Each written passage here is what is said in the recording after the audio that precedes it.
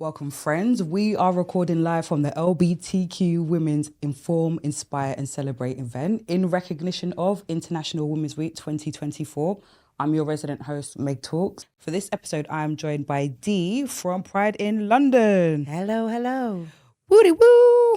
Okay, I'm excited, guys. You can hear the energy ramping up throughout these episodes, can't you?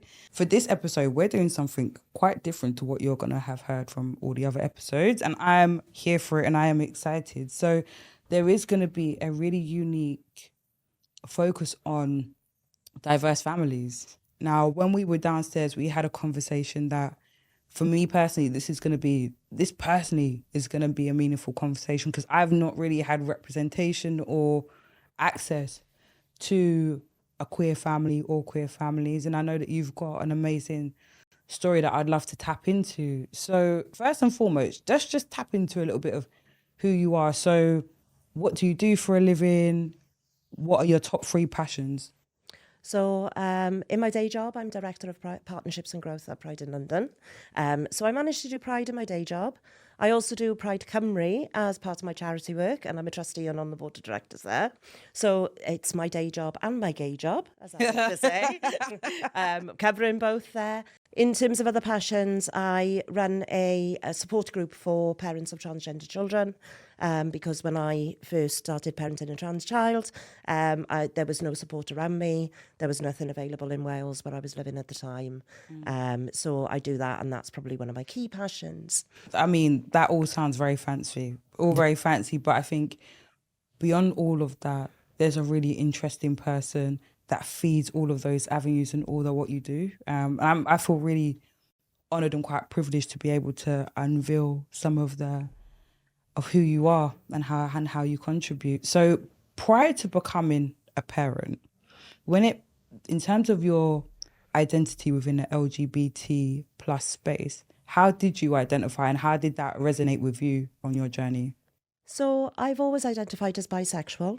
I was married to a man when I became a parent.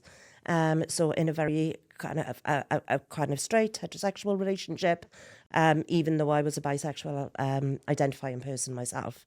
So I had a parent, had a child who had a mum and a dad, very stereotypical family. And then unfortunately my husband committed suicide when my daughter was 2. And that meant that we became a very different family. And I became a single parent, queer identifying woman for a long time, who then now I've married a woman. So gone kind of full circle there. You've really experienced the diversity of what family can be in all of that. And I think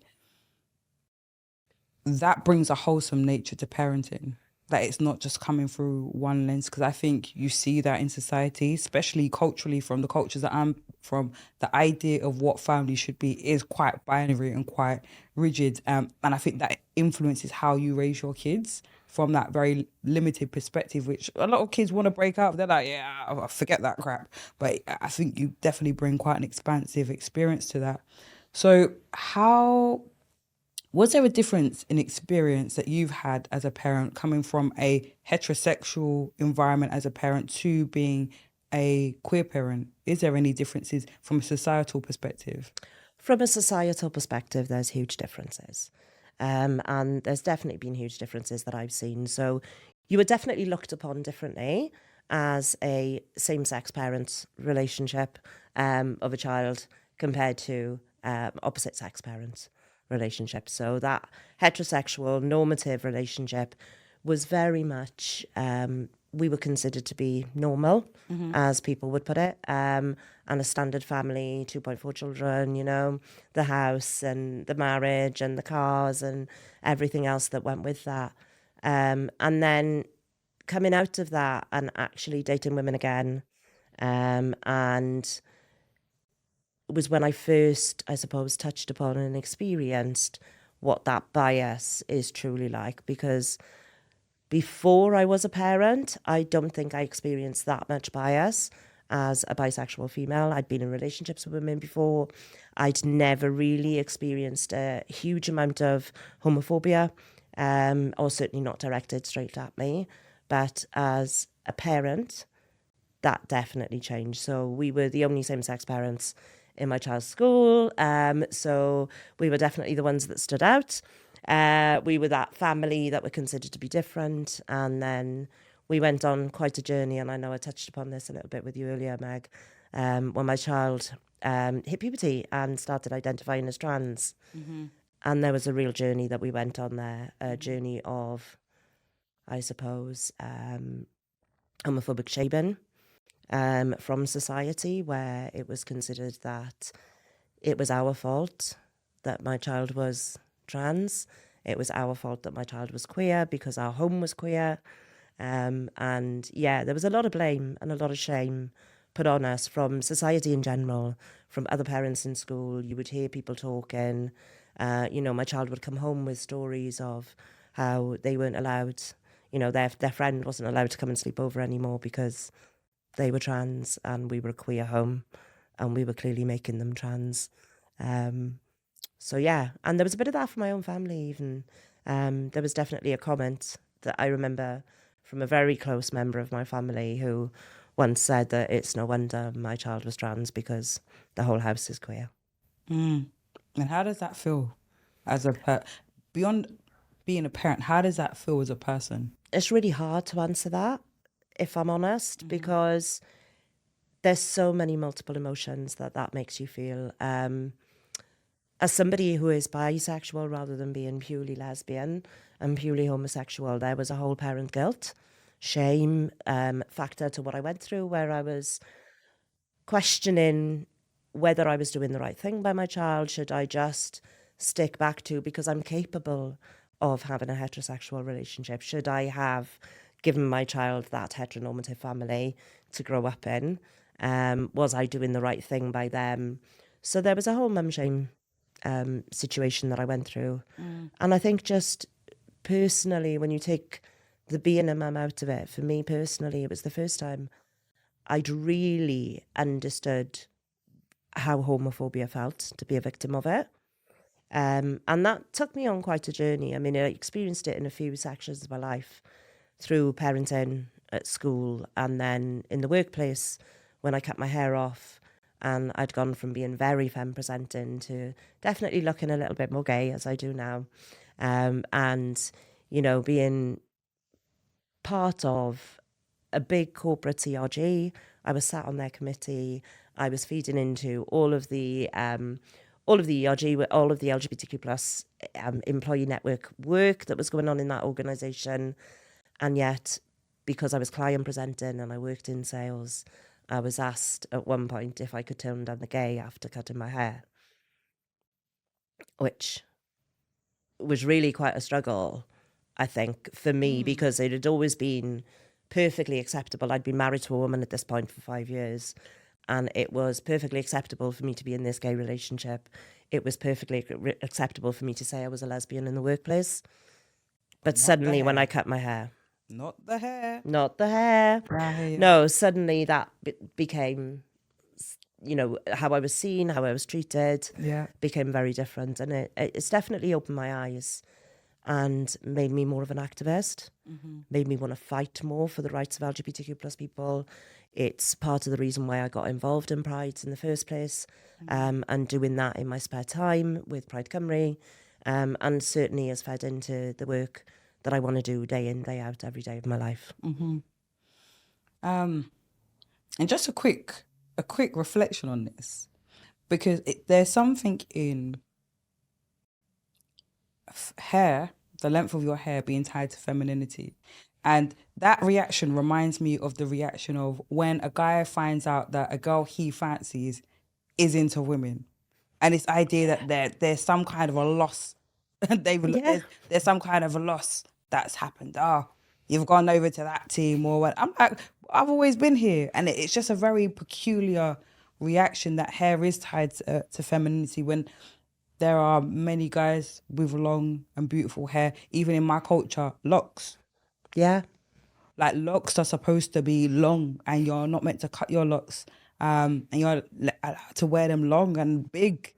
And so it's just a really interesting concept around the idea of hair. And as well, for anybody black person that's listening, you know about your single plats and your cane row, you know? There's never this idea about that. And again, if you flip it, you know, in the Caribbean and Africa, it's normal to have short hair. Like my mum had short hair before I did in that respect. So it's really interesting when you start to look cross-culturally at different areas of the world, what hair, the symbolization of hair means, and also the idea of femininity and masculinity within that. But before we wrap, I did want to tap into just your experience of raising a trans person as a parent. Because there is a distinct difference between sexuality and gender, although it is coined under the same umbrella, there is a unique difference. So how has that journey been for you? And it's quite hard to summarize, I can appreciate, but whatever you care to share. If I was to summarize it in 2 words, I would say it's been an absolute honor and a privilege to raise a trans child. And that's possibly not the answer you were expecting. It has been difficult. There has been struggles along the way, but I think my child and their gender journey has brought us so much closer together. It has meant that I have sat and cried with them. I have celebrated with them. I've been there when they've been at their worst and their lowest ebbs, and they're in hospital because they've had a suicide attempt. And, you know, it's been really, really difficult sometimes. But I think it's brought us closer together. I think it's made me understand them in a way that most parents don't get to understand their teenagers, in terms of the bond that we have. And the idea that I have been on that journey with them the whole way through. So although there's been challenges, which there really has, you know, the first trans kid to come out in school, and having to try and navigate what the rules are for a trans child in a school environment, and having to try and work with the school around that, because, you know, my child wasn't allowed to do PE in school because they identified as male at the time, and because they were assigned female at birth, school said they had to do PE with the females. And obviously for my child that wasn't acceptable. They were a male, so they wanted to do PE with the males. And because we kind of hit this impasse, they ended up removing them from PE lessons. So actually for my child, they hated PE, so it really didn't matter to them. They were quite glad and quite grateful. But I think, you know, it was really important that Finch went on to set a precedent in school around PE and how that should be handled for trans children, and has gone back and worked with the school afterwards since leaving on trying to get equitable rights for trans children to be able to participate in sports in school, because it's really important. It's part of the curriculum. It should never have been something that was withdrawn. And your gender identity shouldn't mean that you cannot participate in sport in school, because all we're doing is we're, you know, highlighting and intersectionalizing that person even more. They had issues with toileting in schools, so, and this is a really personal part of the journey, I suppose, because they wanted to use the boys' toilets. They weren't allowed to, so they were told they could use the women's toilets. They wouldn't use the women's toilets, so they ended up being given a disabled toilet key. And my child is autistic. The world is black and white for my child, very much so. And because there was a disabled sign on the door, my child refused to use that toilet because they said, actually, my gender is not a disability. Wow, that's powerful.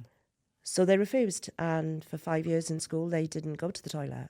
So they wouldn't drink when it was hot through the summer, because they would refuse to go to the toilet, and they knew that would make them need to wee.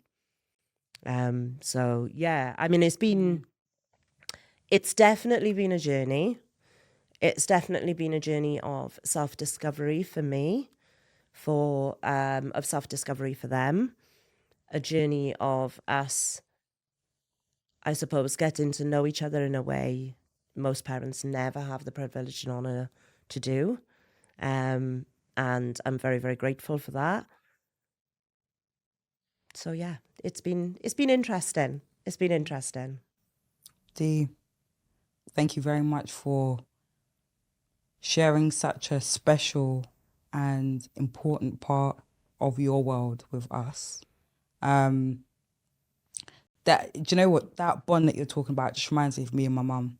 And it is through me being queer that allows her to experience life in a different way, and for her to get to know me on such a personal level. And it's just an honor that you've been able to connect and to offer that relationship with your child.